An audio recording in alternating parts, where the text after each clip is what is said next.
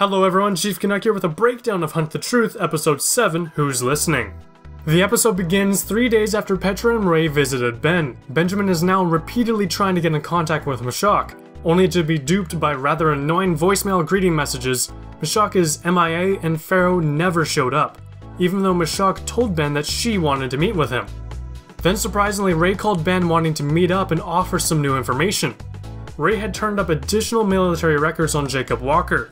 All of Walker's only military records checked out, except for one, the document stating that a person's enlistment and service was voluntary, which is handled by another department.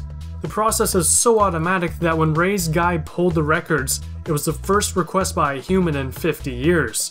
Now when Jacob Walker was introduced, we are told he was supposed to be retired and on permanent vacation. However, 180 days after a soldier's service period ends, the system is supposed to refile the record from active to retired. Walker's documents were neither listed as retired nor active. He's the only one in the database, a big hiccup by Oni. Ray then took Ben's audio of Jacob Walker and used it as a template and searched through the slush of chatter to try and find instances of Jacob Walker.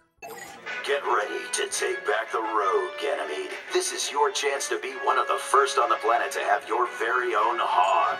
More than 3 tons of... Here is our boy, Jacob, 19 years ago, hawking utility vehicles for some random dealership.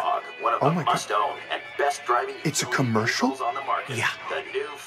Turns out Jacob Walker is a paid actor by Oni.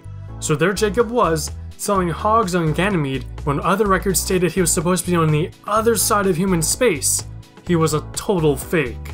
However, what's odd is that the present year is 2558, and here's Jacob trying to sell a 56 hog 19 years ago, which doesn't add up. This may be an oversight or perhaps an intentional flaw in the story. Ben begins to reflect now that Walker's bootcamp stories of the Chief can't be trusted. That leaves another hole in Ben's timeline. Benjamin then called Anthony Petrosky, the retired ODST who was stationed on the UNSC Atlas, and witnessed John beat up 2 ODSTs and killed 2 others when confronted in the boxing ring. At the time, he had described John as a monster. Ben apologizes to Anthony, saying he should have given him the benefit of the doubt, as during his first call with Anthony, Ben thought it was absurd that a child would be put through augmentations, and he didn't believe him. Anthony informs Ben that he has been listening to his story and believes that Oni is indeed lying. According to Anthony, Oni's mentality for the outer colonies was to say the planet was glassed, toss in a few rebels, and there's your generic cover-up story. He thought it was great that all these colonists were calling in and busting holes in Oni's cover-up story.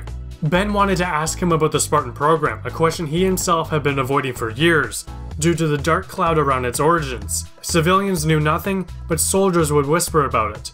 Ben only had a few scattered details from over the years and didn't want to go down that rabbit hole. But now he needed to, and he finally built up the courage and asked Anthony. All I know is rumors, but everybody whispers about it. Oni kidnapping little kids, leaving behind decoys to cover their tracks. Just clones. Clones that were doomed to get sick and die. And all the families thought they were burying their kids. But really though, their little kids were now government property, kept by Oni, training to be Spartans for years.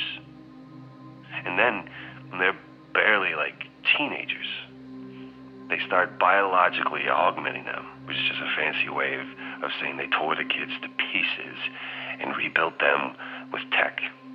Whatever tweaks could give the government tactical advantage. Jesus, man. Survival rate on something like that. But the kids who did live through it, Oni eventually cut them loose. Just sent them out to clean up the ugly in the galaxy. All top secret. Spartans are super classified, so hush, hush, soldier. But then the Covenant showed up. Earth got a front row seat. And all of a sudden you got people throwing parades for them, kneeling at their feet, the pinnacle of humanity. But they're not human. Nobody really knows what the hell's under those Spartan masks, but sure as hell not a hero. It's not a person. Whatever they are, it ain't us. Now Ben knows the basics of the ugly truth behind the Spartan program, although to him it's just rumors from this retired ODST, which is a little hard to report on without concrete facts. Overwhelmed from what he had just learned, Ben needed to step back and take a look at the full picture, but Ben was fixated on the Flash clones made to replace the kidnapped kids' lives. Later, Ben was awakened by a mysterious and distorted voice through his comm system. Did you hear an unpleasant story? It was FERO, and she had hacked into Ben's comms and let herself in. Ben wanted to prove the Oni cover-up, but FERO told him that they have little reach with Oni controlling the majority of communications. Therefore, their story would take time to spread, and apparently that's time they don't have. The anomalies in deep space that Mashak has been tracking have been getting stronger, they don't know what they are, and they're coming. According to FERO, there are high-ranking senators with real power that have been kept in the dark, and she tells Ben that he needs to contact them to bring down Oni. In the meantime, they need to create the opportunity. They need to create panic Oni can't contain. The public needs a headline, some sort of imminent threat, but they can't tell the public just yet about the Spartan program cover-up, as they're saving that to ignite the senators. We don't have time for a slow burn. The public needs to hear a simple message. That we all might be about to die. And that's what we'll give them. Oni will be right where you want them. And then I'll open the door. And once you're in, you go for the throat. With that, the episode ends, leaving us with more questions. Who is FERO, and what could these anomalies that threaten everyone's lives be? Now, there are heavy speculations that FERO could be Dr. Halsey, especially with the developments in the Hunt the Signal competition. We have the anagram for Dr. Halsey, and hints of an AI by the name of Jared in the source code. Jared was Halsey's AI during the Fall of Reach and through the novel Ghosts of Onyx. He has since been absent.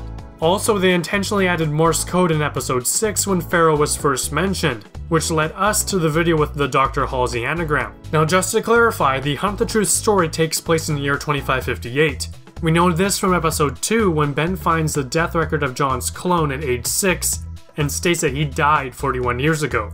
John was born in 2511, so add 6, then add 41, and you get 2558. So the events of Hunt the Truth take place in the year after the events of Halo 4 and Spartan Ops respectively. So that brings up the fact that Halsey wants revenge after the events in Halo 4's Spartan Ops storyline. And doesn't it seem fitting that she might want to take down Oni, and this might be the perfect way to do so? It seems all too fitting. There's also speculation that FERO could be Petrogenesec, as she's well known for her coverage of the Spartan 2 program. She did have an odd reaction and immediately left Ben's place when she heard the alias FERO mentioned in episode 6, so perhaps she knows of FERO and doesn't want any further negative association, especially after Ben posted their incriminating conversation online. So I'm leaning heavily that it could be Halsey, unless there's a side of Petra we haven't learned about yet. They arguably both sound similar to the distorted voice that is FERO's. But at the same time, I'm also thinking it could be somebody completely new. And with that, that's my breakdown of Hunt the Truth episode 7. Who do you think FERO is, and what do you think these anomalies are in deep space? Share your thoughts in the comments down below. As always, thank you for watching. I hope you guys did enjoy the video. Be sure to hit the like button if you did, and subscribe for more awesome Halo news and content. My name's Chief Canuck, and I'm signing out.